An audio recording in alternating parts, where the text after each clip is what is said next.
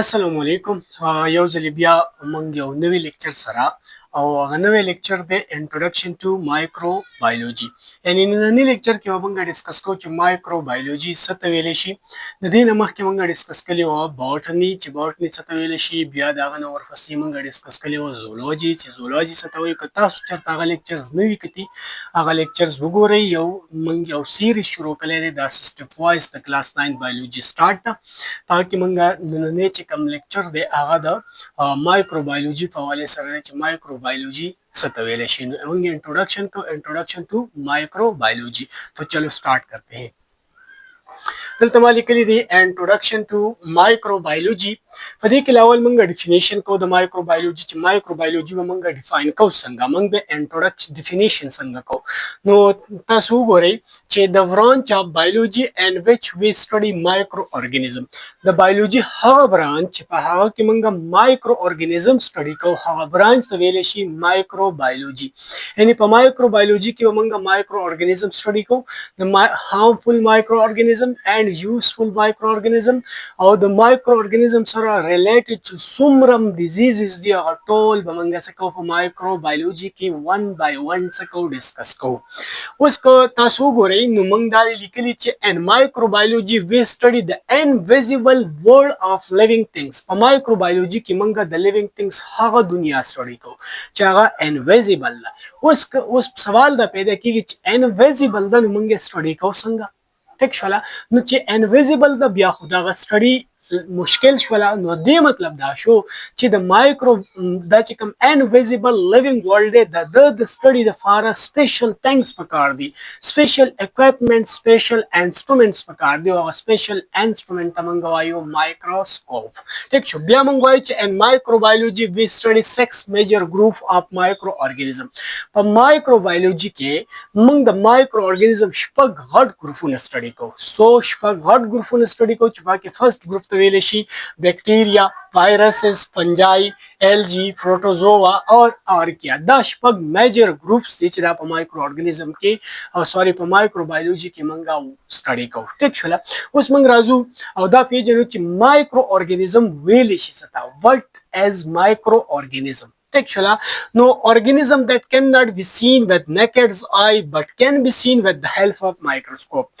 هغه ارګانیزم چې هغه مونږه داسې په دې سترګو باندې لیدلی نشو بلکې د هغه د لیدلو دپاره د مایکروسکوپ ضرورت وي، د هغه د لیدلو دپاره د انسټرومنټ یعنې مایکروسکوپ ضرورت وي، د هغه د مطالعې د ډسکشن د سټډي دپاره د مایکروسکوپ ضرورت وي. هغه ارګانیزم ته مونږ وایو مایکرو ارګانیزم.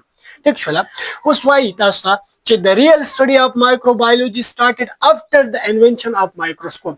د دې مایکروبایولوژي چې کومه ریل سټډي وه یعنې هغه کله سټارټ شوه کله چې مایکروسکوپ انوینټ شو، مایکروسکوپ ایجاد شو. د هغه نه وروستو مایکروبایولوژي چې کوم ده د سټډي ریل سټډي د څه شوله سټارټ شوله. د دې نه مخکې د مایکروسکوپ د انوینشن نه مخکې چې کوم دی د مایکرو ارګانیزم په حوالې سره لیټل بیټ کنسپټ او مختلف بیماریانې بلې کېدلې چا بول چې د وجې لګي چا خو مایکرو ارګانیزم پرفیکټلی چا پیژندلو نو.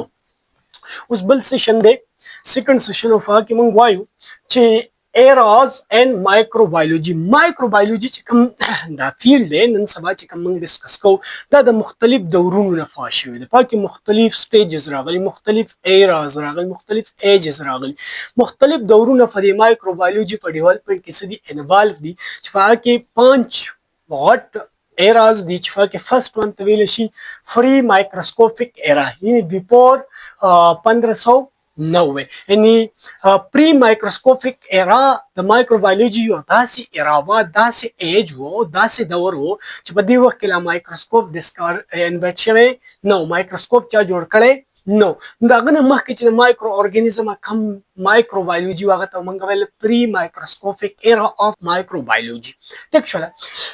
دویم چې کومه ایرا ده دور دی مایکروبایولوژي هغه ده د ډسکوري ایرا یا دا ډسکوري ایرا کله سټارټ شوی و 1590 نه واخله تر د 1857 پورې د دې ډیوریشن ډسکوري ایرا. او دې ته ډسکوري ایرا مونږ ولې وایو نو دې خبره باندې ځان لږ پوهه کړئ. لکه وګوره په دې ایرا کې د 1590 نه واله تر د 1857 پورې چې کومه ایرا ده ډسکوري ایرا ده.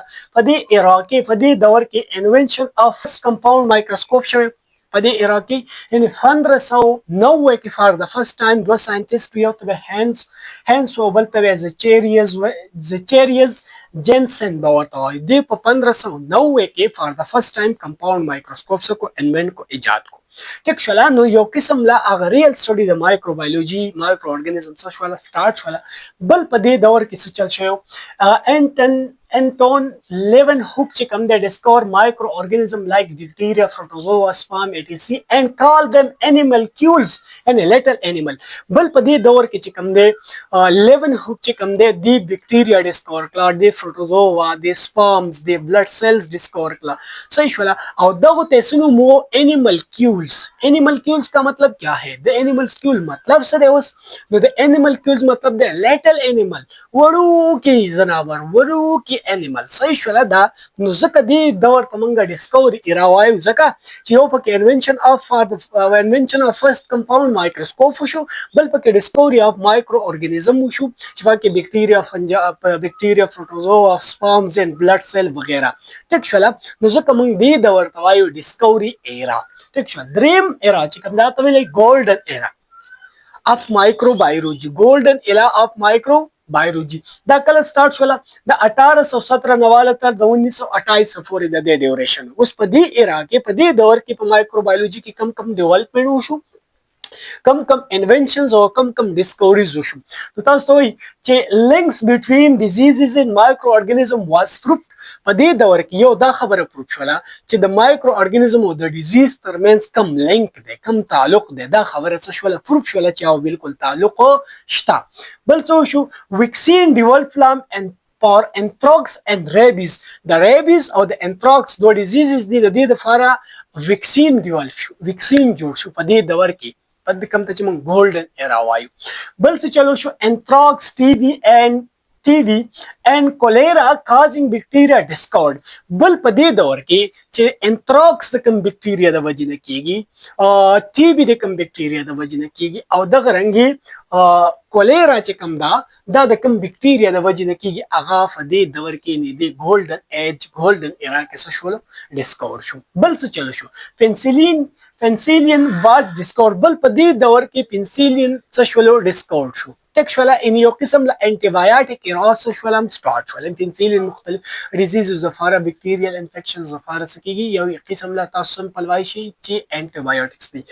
بل دا مالیکولر ایرا دا د 1928 نه سٹارټ د تر د 1970 پورې دا څلورمه ایرا د مایکروبایولوژي. په دې ایرا کې په دې دور کې څه چل شو؟ ډي ان اے ډبل هیلکس سټرکچر واز ډیسکورډ. یو ډي ان اے ډبل هیلکس سټرکچر ډیسکور شو. مالیکولر خو ته دې بیا سوچ یې ډي ان ایز دا څه شلو ډیسکورډ شو. بل څه شو؟ انټي بایوټیک لایک سټریپټومایسین اینڈ ټیټراسایکلین واز ډیسکورډ. بل یو کې دا انټي بایوټیک هم ډیسکورډ شو. سټریپټومایسین اینڈ ټیټراسایکلین دا هم ډیسکورډ شو په دې ایرا کې مالیکولر ایرا کې. بل څه الکترون مایکروسکوپ واز انوینټډ او په دې ایرا کې الکترون مایکروسکوپ هم څه شو؟ دا انوینټ شو، ایجاد شو په کومه ایرا کې؟ مالیکولر ایرا. بل دا ماډرن ایرا سٹارټ د چانه د 1970 نه تر د کرنٹ ټایم پورې وسه پورې چې کومه ایرا د دې ته موږ ماډرن ایرا اف مایکروبایولوژي وایو. په دې کې څه چل شي؟ جینیټیک انجینیرینګ ډیولپ شو، د غرنګي پی سی آر پولیمریز چینج ریاکشن دا څه شو؟ انوینټ شو. دا مایکرو بایولوژي په حواله سره یو څو ماته ګوري خبري. امید ده چې تاسو به سره سیک نه کړی وي، سبب زده کړی وي. که چېرته د دې چینل ما تاسو سره څه پیدا کیږي نو به کولای شئ چې زموږ چینل ځان سره سبسکرایب کړئ، لایک کړئ، شیر کړئ او خپل ملګرو سره لازمي ریکمند کړئ. تھینک یو سو مچ اینڈ الله حافظ.